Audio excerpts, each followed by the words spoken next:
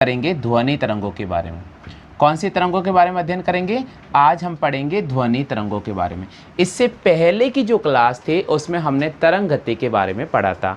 तो दोस्तों ध्वनि तरंगों संबंधित जो महत्वपूर्ण प्रश्न बनने वाले वो सारे के सारे अपन यहाँ कॉन्सेप्टली क्लियर कर लेंगे, जो एग्जाम की दृष्टि से अक्सर बनते रहते हैं। सबसे पहला प्रश्न बनता है कि ध्वनि तरंगों की प्रकृति कैसी होती है।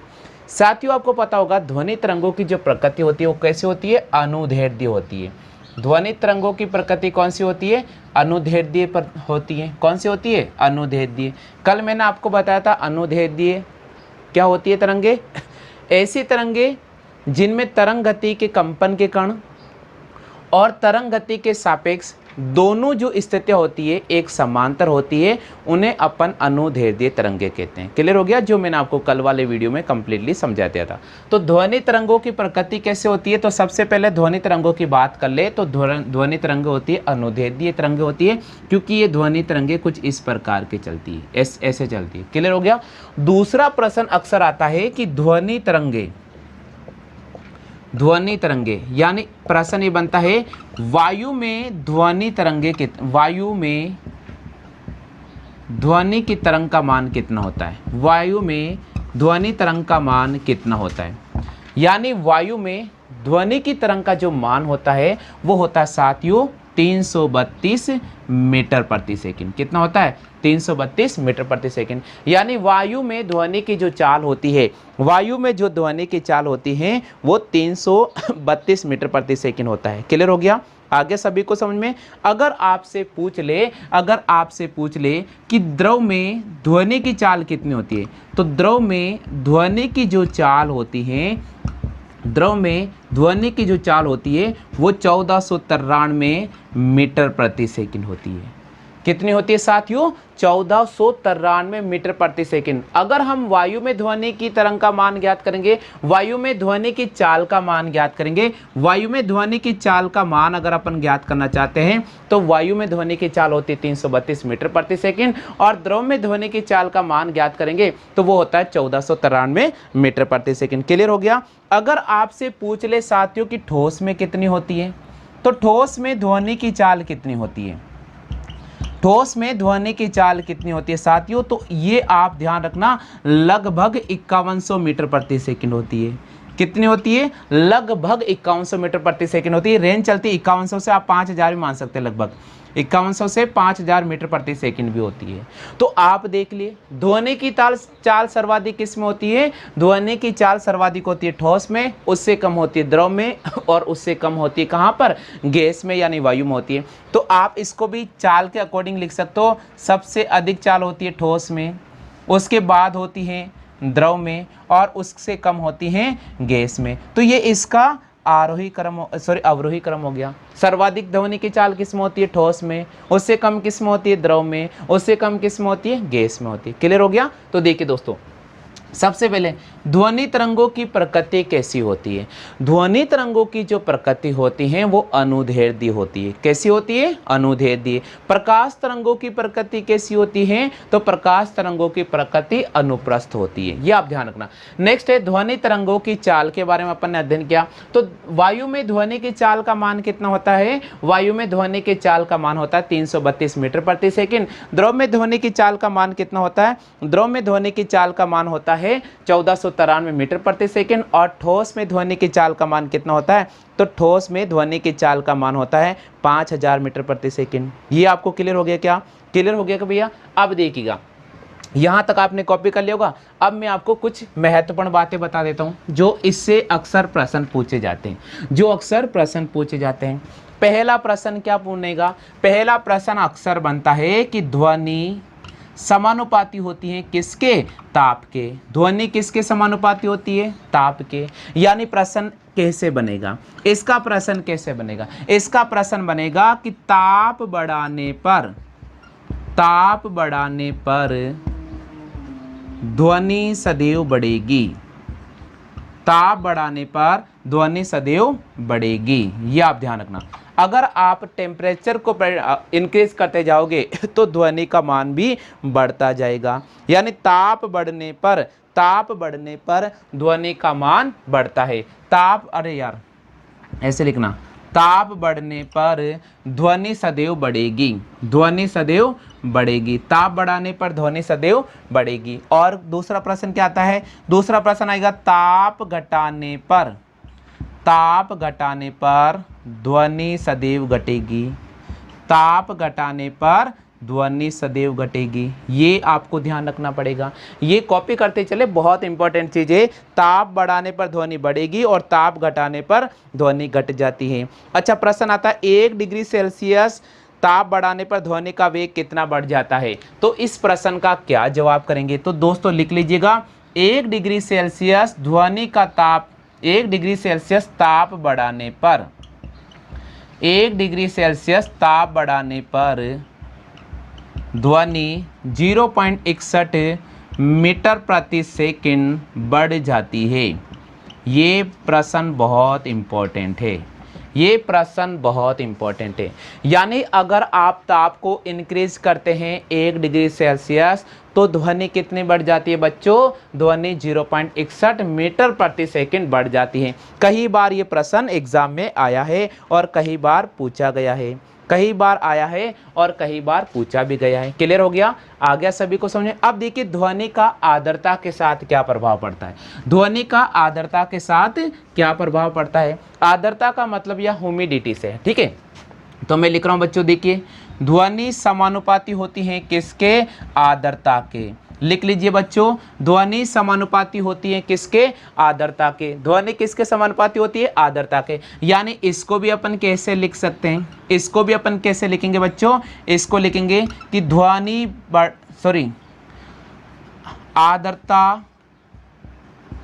आर्द्रता अधिक होगी, आर्द्रता अधिक होगी तो ध्वनि की चाल अधिक होगी, आर्द्रता अधिक होगी तो ध्वनि की चाल अधिक होगी, आर्द्रता अधिक होगी तो ध्वनि की चाल अधिक होगी। यानी आर्द्रता बढ़ने पर ध्वनि का मान बढ़ता है, आर्द्रता बढ़ने पर ध्वनि की चाल बढ़ती है। दूसरा लिख लीजिएगा आप, आर्द्रता कम होने पर, आर्द्रता कम होने पर ध्वनि की चाल कम हो जाती है, आर्द्रता कम होने पर ध्वनि की चाल कम हो जाती है। ये आप लिख लीजिएगा बच्चों, ये आप लिख लीजिएगा, क्योंकि आर्द्रता अगर कम हो जाती है साथियों तो ध्वनि की चाल भी क्या हो जाएगी, ध्वनि की चाल भी कम हो जाएगी। आर्द्रता अगर अधिक होगी बच्चों तो ध्वनि की चाल भी क्या हो जाएगी, अधिक हो जाएगी। अच्छा बच्चा लिख लिया सबने, क्लियर हो गया, क्लियर हो गया।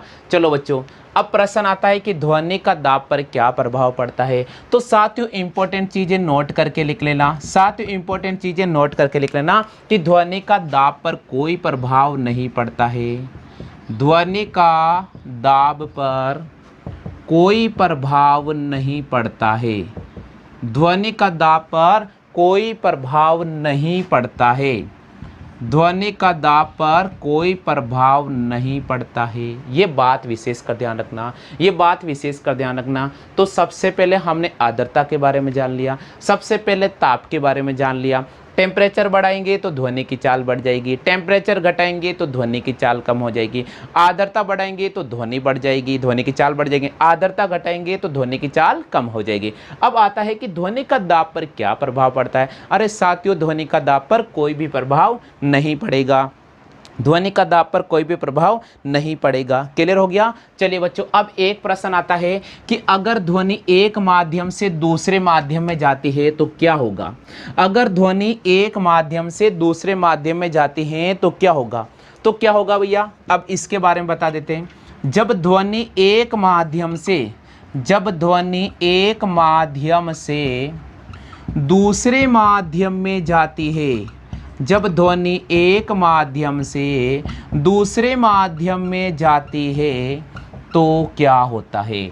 जब ध्वनि एक माध्यम से दूसरे माध्यम में जाती है तो भैया वेग बदलता है, तो भैया वेग बदलता है। जब ध्वनि एक माध्यम से दूसरे माध्यम में जाती है वेग बदलता है, ध्वनि की चाल बदल जाती है, लेकिन साथ याद रखना ध्वनि की आवृत्ति नहीं बदलती है, ध्वनि की आवृत्ति नहीं बदलती है। ये आप ध्यान रखना बच्चों, ये आप ध्यान रखना, बहुत महत्वपूर्ण टॉपिक है, बहुत महत्वपूर्ण टॉपिक। सुनना, जब ध्वनि एक माध्यम से दूसरे माध्यम में जाती है तो क्या होता है? जब ध्वनि एक माध्यम से बच्चों दूसरे माध्यम में जाती है तो ध्वनि का वेग बदलता है। क्या बदलता है? ध्वनि का वेग बदलता है, लेकिन आवृत्ति कभी नहीं बदलेगी बच्चों। ध्यान रखना, आवृत्ति कभी नहीं बदलेगी बच्चों। कॉपी कर लीजिएगा जल्दी से, फटाफट से कॉपी कर लो बच्चों, फटाफट से कॉपी कर लीजिएगा। हाँ, कॉपी कर लो बच्चों जल्दी से। क्लियर हो गया? चलिए बच्चों, अब अपन बात कर लेते हैं ध्वनि की आवृत्ति के बारे में। ध्वनि की आवृत्ति के बारे में बात कर लेते हैं साथियों। सबसे पहले ध्वनि की आवृत्ति को किस में मापा जाता है? कई बार ये प्रश्न आता है बच्चों, कई बार प्रश्न आता है। थोड़ा पंखा को धीरे करना पड़ेगा, आवाज आ रही है, सर बोल रहे हैं। चलो, अब सबसे पहले आता है ध्वनि की आवृत्ति को किस में मापा जाता है बच्चों? तो ध्वनि की आवृत्ति को किस में मापा जाता है? ध्वनि की आवृत्ति को हर्ट्ज में मापा जाता है। किस में मापा जाता है? हर्ट्ज में मापा जाता है। ये क्वेश्चन आप याद रखना कि ध्वनि की आवृत्ति को किस में मापा जाता है। कि बच्चों हाँ, अगर ये प्रश्न आता है तो ध्यान रखना, ध्वनि की आवृत्ति को हर्ट्ज में मापा जाता है। क्लियर हो गया? अच्छा बच्चों, आता है ध्वनि तरंगे कितने प्रकार की होती हैं? ध्वनि तरंगे कितने प्रकार की होती है बच्चों? तो ध्यान रखना, ध्वनि तरंगे मुख्य रूप से 3 प्रकार की होती है। कितने प्रकार की होती है? 3 प्रकार की होती है। कौन कौन सी होती है बच्चों? तो यहाँ मैं आपको डिटेल समझा रहा हूँ। पहली जो ध्वनि तरंगे होती है उसकी अगर अपन बात करते हैं तो बच्चों वो होती है हमारे पास में अवशर्वीय तरंगे। कौन सी होती है? अवशर्वीय ध्वनि तरंगे। पहली होती है अवशर्वीय ध्वनि तरंगे बच्चों, ठीक है। दूसरी कौन सी होती है? दूसरी होती है बच्चों श्रव्य तरंगे, श्रव्य ध्वनि तरंगे। कौन सी होती है? श्रव्य ध्वनि तरंगे। और तीसरी कौन सी होती है बच्चों? तीसरी होती है पराश्रव्य ध्वनि तरंगे, पराश्रव्य ध्वनि तरंगे। यानी अगर आपसे प्रश्न पूछ ले साथियों तो आपको 3 बेस्ट एग्जांपल याद रखना पड़ेगा। यानी ध्वनि तरंगे मुख्य रूप से 3 प्रकार की होती हैं। उसमें एक आता है अवशर्वीय ध्वनि तरंगे, दूसरी आ जाती है साथियों श्रव्य ध्वनि तरंगे, और तीसरा आ जाती है पराश्रव्य ध्वनि तरंगे। तीसरी आ जाती है पराश्रव्य ध्वनि तरंगे। क्लियर हो गया? आप इसकी कॉपी कर लो बच्चों, आप इसकी कॉपी कर लो। अच्छा बच्चों, इसकी रेंज कैसे याद रखेंगे बच्चों? श्रव्य ध्वनि तरंगे का मतलब क्या होता है? श्रव्य ध्वनि तरंगे का मतलब होता है कि ऐसी ध्वनि तरंगे जिसको इंसान, हम मानव सुन सकते हैं, उसको हम श्रव्य ध्वनि तरंगे कहते हैं। और इनकी जो आवृत्ति होती है बच्चों 20 हर्ट्ज से 20,000 हर्ट्ज के मध्य होती है। ये जेड है बच्चा, याद रखना। इसकी आवृत्ति कहाँ तक होती है? इसकी आवृत्ति होती है 20 हर्ट्ज से 20,000 हर्ट्ज। अगर आपसे पूछ ले कि अवशर्वीय ध्वनि तरंगों की आवृत्ति क्या होती है तो साथियों देखिए 20 हर्ट्ज से कम होती हैं, 20 हर्ट्ज से कम होती हैं। कौन कम होती है? 20 हर्ट्ज से कम होती हैं। कौन? अवशर्वीय ध्वनि तरंगे। अवशर्वीय ध्वनि तरंगों की जो प्रास होती है 20 हर्ट्ज से कम होती है। अगर श्रव्य ध्वनि तरंगों की प्रास आपसे पूछ ले तो 20 हर्ट्ज से 20,000 हर्ट्ज होती है। और अगर आपको पराश्रव्य ध्वनि तरंगों की प्रास पूछ ले साथियों तो 20,000 हर्ट्ज से अधिक होती हैं। 20,000 हर्ट्ज से अधिक होती हैं। जो वो 20,000 हर्ट्ज से अधिक हैं, ये 20,000 हर्ट्ज से कम हैं, और 20 हर्ट्ज से 20,000 हर्ट्ज के मध्य हैं, वो हम सुन सकते हैं। वो कौन सुन सकते हैं? वो हम सुन सकते हैं। क्लियर हो गया? तो ध्वनि तरंगे 3 प्रकार की होती है। कौन कौन सी होती है? अवशर्वीय ध्वनि तरंगे, श्रव्य ध्वनि तरंगे और पराश्रव्य ध्वनि तरंगे। अवशर्वीय ध्वनि तरंगों का रेंज क्या होता है? परिसर क्या होता है? 20 हर्ट्ज से कम होता है। इनका कितना होता है? 20 हर्ट्ज से 20,000 हर्ट्ज तक होता है। और उनका कितना होता है? पराश्रव्य का 20,000 हर्ट्ज से अधिक होता है। जल्दी से कॉपी कर लो बच्चों, जल्दी से कॉपी कर लीजिएगा, क्लियर हो जाएगा सारा कॉन्सेप्ट। अब अपन बात करते हैं अवशर्वीय ध्वनि तरंगों की। किसकी बात करते हैं? अवशर्वीय ध्वनि तरंगों की बात करते हैं। चलिए बच्चों, अब अपन लेकर आते हैं अवशर्वीय ध्वनि तरंगे। बच्चों क्या होता है अवशर्वीय ध्वनि तरंगे? उनके बारे में अपन यहाँ अध्ययन करते हैं, ठीक है। अवशर्वीय ध्वनि तरंगे, ठीक है। अवशर्वीय ध्वनि तरंगे लिखो बच्चों, टॉपिक अवशर्वीय यानी ऐसी तरंगे जिनकी आवृत्ति 20 हर्ट्ज से कम होती है उन्हें हम अवशर्वीय ध्वनि तरंगे कहते हैं। ऐसी तरंगे जिनकी आवृत्ति 20 हर्ट्ज से कम होती हैं उन्हें हम अवशर्वीय ध्वनि तरंगे कहते हैं। तो बिल्कुल यहाँ मैं परिभाषा लिख रहा हूँ क्योंकि देखिए पेड वाले बच्चों को सब कुछ पढ़ाना पड़ता है, सब कुछ ऐसी ध्वनि तरंगे जिनकी आवृत्ति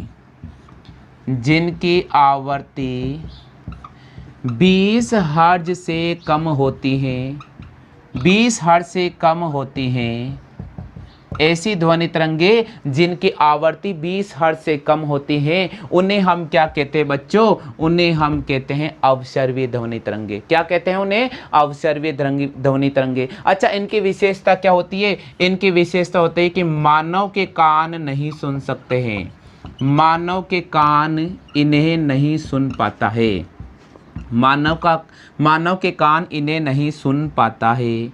कई बार प्रश्न आता है कि मानव के कान कौन सी ध्वनि तरंगों को नहीं सुन पाता है? तो भैया मानव के कान अवसर्वीय ध्वनि तरंगों को नहीं सुन पाता है। याद रखना, मानव के कान अवसर्वीय ध्वनि तरंगों को नहीं सुन पाता है। याद रखिएगा बच्चों।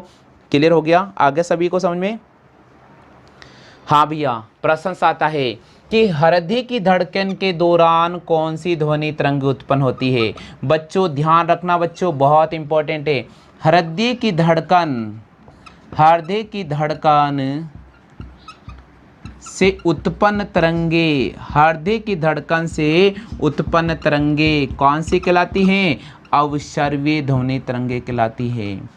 हृदय की धड़कन से उत्पन्न तरंगे कौन सी कहलाती हैं? अवसर्वीय ध्वनि तरंगे कहलाती हैं। बिल्कुल। भूकंप से उत्पन्न तरंगे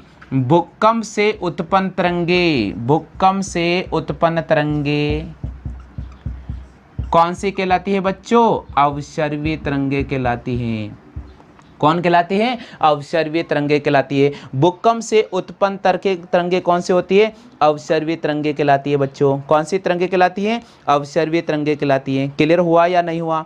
क्लियर हुआ या नहीं हुआ? यहाँ तक बताओ मुझे बच्चों, क्लियर हुआ या नहीं हुआ? क्लियर हो गया? अच्छा, इनको कौन सुन सकता है? तो बच्चों इनको कौन सुन सकता है? अवसर्वीय ध्वनि तरंगों को कौन सुन सकता है? अवसर्वीय ध्वनि तरंगों को कौन सुन सकता है? तो भैया इसको सुन सकता है जलीय जीव जंतु, इनको सुनता है जलीय जीव जंतु।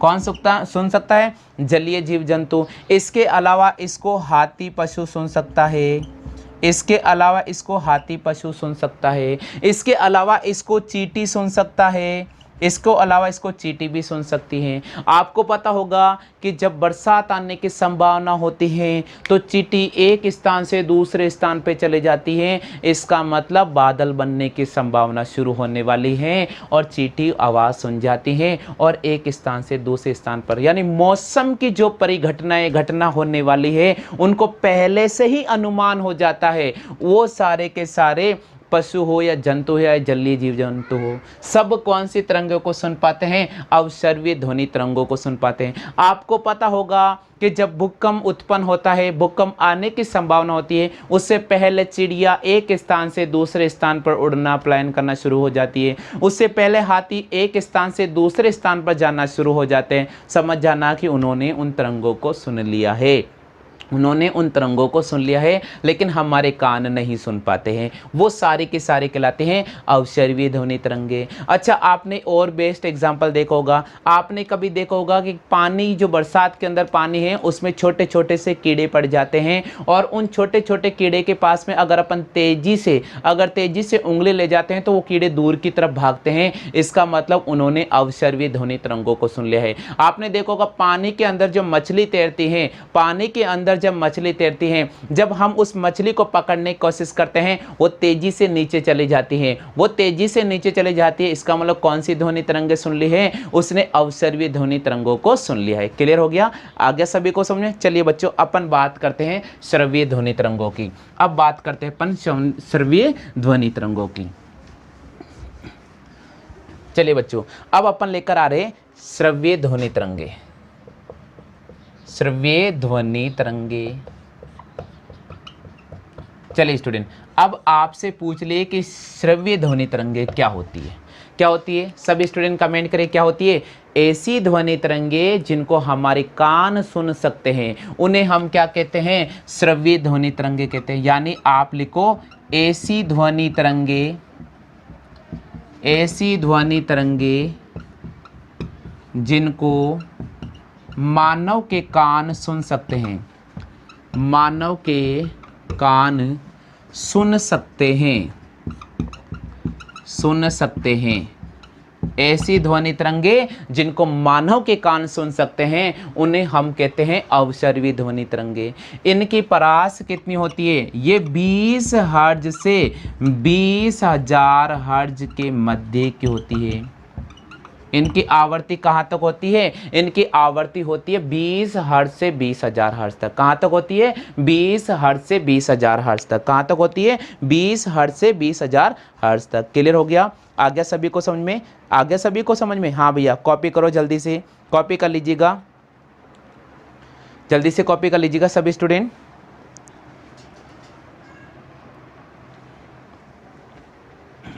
चलिए बच्चों, लिख लिया? अब देखिए दोस्तों, ध्वनि की चाल कई बार एग्जाम में पूछा जाता है कि ध्वनि की चाल विभिन्न माध्यम में कितनी होती है। तो आप लिख लीजिएगा प्रशंस, क्योंकि बनता है ध्वनि की चाल। ध्वनि की चाल आपको पता है, मैंने लिखवाया था ठोस, द्रव और गैस माध्यम, लिखवाया था ना। तो आपको अगर मान लीजिए ठोस माध्यम में पूछ ले, जैसे प्रशंस आज रखा है कि एल्यूमिनियम में ध्वनि की चाल कितनी होती है, निकिल में ध्वनि की चाल कितनी होती है, तो बच्चों ऐसे प्रश्नों का जवाब अपन कैसे देंगे? अगर एग्जाम में पूछ लिया जाता है तो आपको ध्यान रखना पड़ेगा। सबसे पहले अगर आपसे पूछ रहे बच्चों कि एल्यूमिनियम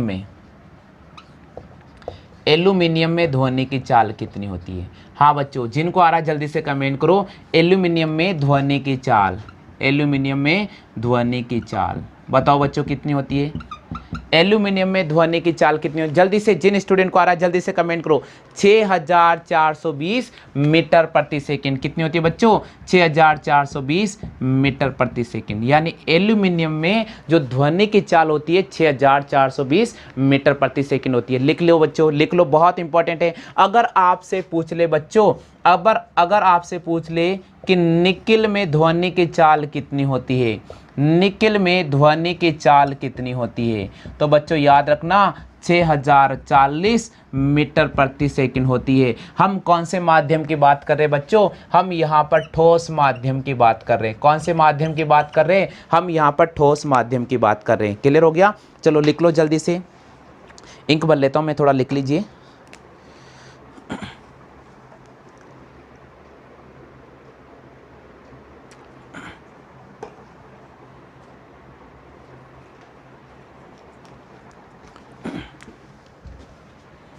चलिए बच्चों, आपसे पूछ ले निकिल में ध्वनि की चाल कितनी होती है, तो 6040। अगर आपसे पूछ ले बच्चों कि स्टील में ध्वनि की चाल कितनी होती है, स्टील में ध्वनि की चाल कितनी होती है बच्चों, तो स्टील में ध्वनि की चाल कितनी होती है?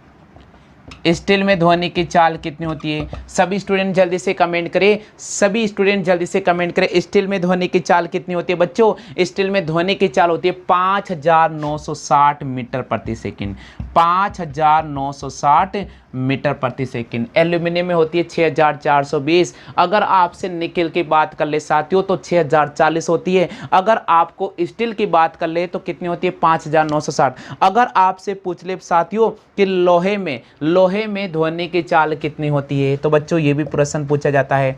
आयरन बोलो चाहे लोहा बोलो, बात एक ही है। आयरन लोहा में ध्वनि की चाल कितनी होती है? ध्वनि की चाल कितनी होती है बच्चों? तो इसकी होती है 5950 मीटर प्रति सेकंड। कितनी होती है बच्चों? 5950 मीटर प्रति सेकंड। सर आप तो बोल रहे थे कि ठोस माध्यम में ध्वनि की जो चाल होती है 5000 मीटर प्रति सेकंड होती है। साथियों मैंने रेंज बोला, लगभग बोला मैंने कि लगभग अगर आप किसी भी ठोस माध्यम को टालो तो उसमें ध्वनि की चाल 5000 एवरेज माना जाता है। ठीक है, तो आपको यहाँ लिखवा दिया एल्यूमिनियम में होती है 6420 मीटर प्रति सेकंड। अगर निकिल में पूछ ले बच्चों तो 6040 मीटर प्रति सेकंड। अगर स्टील में पूछ ले बच्चों तो आपको ध्यान रखना पड़ेगा 5960। आयरन की पूछ ले तो कितना हो जाएगा? 5950। अगर आपसे पूछ ले तांबे में कितनी होती है तो क्या राइट करोगे? लिख लो बच्चों, तांबा में ध्वनि की चाल, तांबा में ध्वनि की चाल तांबा में जो ध्वनि की चाल होती है वो 4700 मीटर प्रति सेकंड होती है। कितनी होती है बच्चों? तांबे में जो ध्वनि की चाल होती है 4700 मीटर प्रति सेकंड होती है। कितनी होती है? 4700। अगर आपको पूछ ले कांच में ध्वनि की चाल कितनी होती है, अगर आपसे पूछ ले कांच में ध्वनि की चाल कितनी होती है, तो कांच में ध्वनि की चाल कितनी होती है वो भी लिख लो। कांच में ध्वनि की चाल कितनी होती है बच्चों? वो होती है 3980 मीटर प्रति सेकंड। कितनी होती है? 3980 मीटर प्रति सेकंड। क्लियर हो गया? ये सारे के सारे कौन से माध्यम हैं? ये सारे के सारे ठोस माध्यम लिखा है मैंने, ये सारे के सारे ठोस माध्यम लिखा है। अच्छा बच्चों, अब बात करते हैं द्रव माध्यम। उतार लिया सबने? सभी स्टूडेंट ने उतार लिया क्या? चलो कॉपी कर लो जल्दी से या स्क्रीनशॉट ले लीजिए, बाद में नोट्स बनाकर मुझे सेंड कर दीजिएगा। उतार लिया सभी ने? एल्यूमिनियम में ध्वनि की चाल होती है 6420 मीटर प्रति सेकंड। निकिल में ध्वनि की चाल होती है 6040 मीटर प्रति सेकंड। स्टील में ध्वनि की चाल होती है 5960 मीटर प्रति सेकंड। आयरन में होती है 5950। तांबे में होती है 4700। और अगर आपसे बात कर ले कांच की, तो कांच में होती है भैया कितनी? 3980 मीटर प्रति सेकंड। अब अपन बात करते हैं द्रव माध्यम की। अब अपन बात कर लेते हैं द्रव माध्यम में ध्वनि की चाल क्या होती है। तो लिख लीजिए बच्चों, द्रव माध्यम में ध्वनि की चाल। तो ध्वनि की चाल अपन पढ़ेंगे कौन सा माध्यम? द्रव माध्यम। द्रव माध्यम, बिल्कुल द्रव माध्यम में ध्वनि की चाल। कई बार प्रश्न आता है कि समुद्री जल में ध्वनि की चाल कितनी होती है। कई बार प्रश्न आता है साथियों कि समुद्री जल में ध्वनि की चाल कितनी होती है। तो बच्चों बताइए, समुद्री जल में ध्वनि की चाल, समुद्री जल में ध्वनि की चाल कितनी होती है? समुद्री जल की अगर बात करते हैं तो ध्वनि की चाल होती है 1531 मीटर प्रति सेकंड। समुद्री जल में ध्वनि की चाल आ जाती है 1531 मीटर प्रति सेकंड। सबको क्लियर हुआ या नहीं हुआ? अगर आपसे पूछ ले आसुत जल, आसुत जल में ध्वनि की चाल कितनी होती है, तो बच्चों आप इसका जवाब करें, आप इसका जवाब करें। आसुत जल में ध्वनि की चाल, आसुत जल में ध्वनि की चाल अगर आपसे पूछ ले बच्चों, तो आप इसका जवाब करेंगे 1498 मीटर प्रति सेकंड। अरे सर वाह, क्या क्वेश्चन है। खारे जल में तो अधिक हैं और मीठे जल की बात करते हैं, शुद्ध जल की बात करते हैं तो कम है। शुद्ध जल में ध्वनि की चाल है 1498 मीटर प्रति सेकंड। समुद्री जल की बात करते हैं तो 1531 मीटर प्रति सेकंड। कई बार बच्चों प्रश्न आता है। आपसे प्रश्न अगर पूछ ले एथेनॉल में ध्वनि की चाल कितनी होगी बच्चों, तो इस प्रश्न का जवाब भी आपको आना चाहिए। एथेनॉल में ध्वनि की चाल, एथेनॉल में ध्वनि की चाल कितनी होती है बच्चों, इस प्रश्न का जवाब भी आना चाहिए। 1237 मीटर प्रति सेकंड होती है। एथेनॉल में ध्वनि की चाल कितनी होती है? 1237 मीटर प्रति सेकंड होती है। लगभग अगर अपन इसको मानते हैं तो 1207 मीटर प्रति सेकंड भी कई बार प्रश्न आ जाता है। आप इसको भी राइट कर देना साथियों। अगर आपसे पूछ ले मेथेनॉल में कितनी होती है, अगर आपसे पूछ ले मेथेनॉल में कितनी होती है बच्चों, तो मेथेनॉल की अगर अपन बात करते हैं तो मेथेनॉल में ध्वनि की जो चाल होती है, मेथेनॉल में जो ध्वनि की चाल होती है वो 1103 मीटर प्रति सेकंड होती है। कितनी होती है बच्चों? 1103 मीटर प्रति सेकंड होती है। आप जल्दी से कॉपी कर लीजिए। हम पढ़ रहे हैं ध्वनि की चाल और उस ध्वनि की चाल में हमने ठोस माध्यम पढ़ा दिया है। अब मैं आपको द्रव माध्यम बता रहा हूँ। द्रव माध्यम में समुद्री जल में ध्वनि की चाल होती है 1531 मीटर प्रति सेकंड। आसुत जल में ध्वनि की चाल होती है 1498 मीटर प्रति सेकंड। एथेनॉल में ध्वनि की चाल होती है 1237 मीटर प्रति सेकंड। और अगर मेथेनॉल की बात करते हैं तो साथियों आ जाती है 1103 मीटर प्रति सेकंड। कॉपी कर लीजिए, सभी कॉपी कर लो जल्दी से। चलिए बच्चों, अब अपन बात करते हैं गैस माध्यम में। अब अपन बात करते हैं गैस माध्यम में। कौन से माध्यम की बात करेंगे बच्चों? गैस माध्यम की बात करेंगे। तो लिख लीजिएगा गैस माध्यम। बात करेंगे साथियों गैस माध्यम में। गैस माध्यम में ध्वनि की चाल के बारे में बात करेंगे। चलो लिखो जल्दी से। हाइड्रोजन में ध्वनि की चाल, इसमें पहला आएगा हाइड्रोजन। हाइड्रोजन में ध्वनि की चाल, हाइड्रोजन में ध्वनि की चाल 1284 मीटर प्रति सेकंड। हाइड्रोजन में ध्वनि की चाल कितनी होती है बच्चों? 1284 मीटर प्रति सेकंड। आपसे पूछ ले हीलियम में ध्वनि, देखो ये प्रश्न आ चुका है, हीलियम में ध्वनि की चाल कितनी होती है बच्चों? अगर आपसे प्रश्न पूछ ले तो क्या जवाब दोगे? हीलियम में ध्वनि की चाल, हीलियम में ध्वनि की चाल क्या हो जाएगा? 965 मीटर प्रति सेकंड हो जाएगा। कितना हो जाएगा? 965 मीटर प्रति सेकंड। क्लियर हो गया? अच्छा आप लिखो वायु में ध्वनि की चाल। बच्चों लिखो वायु में ध्वनि की चाल, वायु में ध्वनि की चाल, वायु में ध्वनि की चाल। कमेंट करो बच्चों, क्योंकि ये तो अभी मैंने सिखाया था। अरे बच्चों होती है 332 मीटर प्रति सेकंड। हाँ किसी किताबों में आपको 346 मीटर प्रति सेकंड भी लिखा जाता है, ध्यान रखना, टेंशन नहीं लेना, टेंशन नहीं लेना। 332 मीटर प्रति सेकंड में लिखा जाता है, किसी किताबों में 333 मीटर प्रति सेकंड लिखा जाता है, कहीं पर आपको 346 मीटर प्रति सेकंड भी नजर आ जाएगा। चलो बच्चों चौथा लिख लीजिए, चौथा लिखो जल्दी से। ऑक्सीजन में ध्वनि की चाल लिखो जल्दी से। ऑक्सीजन में ध्वनि की चाल कितनी होती है? ऑक्सीजन में ध्वनि की चाल कितनी होती है? तो ऑक्सीजन में ध्वनि की चाल लिखो बच्चों। ऑक्सीजन में ध्वनि की चाल कितनी होती है? वो होती है 316 मीटर प्रति सेकंड। ऑक्सीजन में ध्वनि की चाल होती है 316 मीटर प्रति सेकंड। क्लियर हो गया? सल्फर डाइऑक्साइड की बात कर लेते हैं, सल्फर डाइऑक्साइड की बात कर लेते हैं, सल्फर डाइऑक्साइड की बात कर लेते हैं तो ध्वनि की चाल होती है 302 मीटर प्रति सेकंड। यहाँ तक बच्चों याद कर लेना, क्योंकि ये चीज़ें याद होनी चाहिए, एग्जाम में क्वेश्चन कुछ भी पूछा जा सकता है। क्लियर हो गया? आगे सभी को समझे? चलो कॉपी कर लो फटाफट से, फटाफट से कॉपी कर लीजिएगा स्टूडेंट्स, बहुत इंपॉर्टेंट क्लास चल रही है। सभी स्टूडेंट से निवेदन है कि कॉपी कर लीजिएगा, और अगर आपको क्लास पसंद आती है तो भैया इसको शेयर जरूर कर दीजिएगा। क्लास पसंद आती है तो शेयर जरूर कर दीजिएगा। चलिए बच्चों अब बात करते हैं अपन अगला पराश्रव्य ध्वनि तरंगों के बारे में। अब अपन बात करते हैं पराश्रव्य ध्वनि तरंगों के बारे में। तो लिख लीजिए पराश्रव्य ध्वनि तरंगे। लिखो बच्चों पराश्रव्य ध्वनि तरंगे क्या होती है?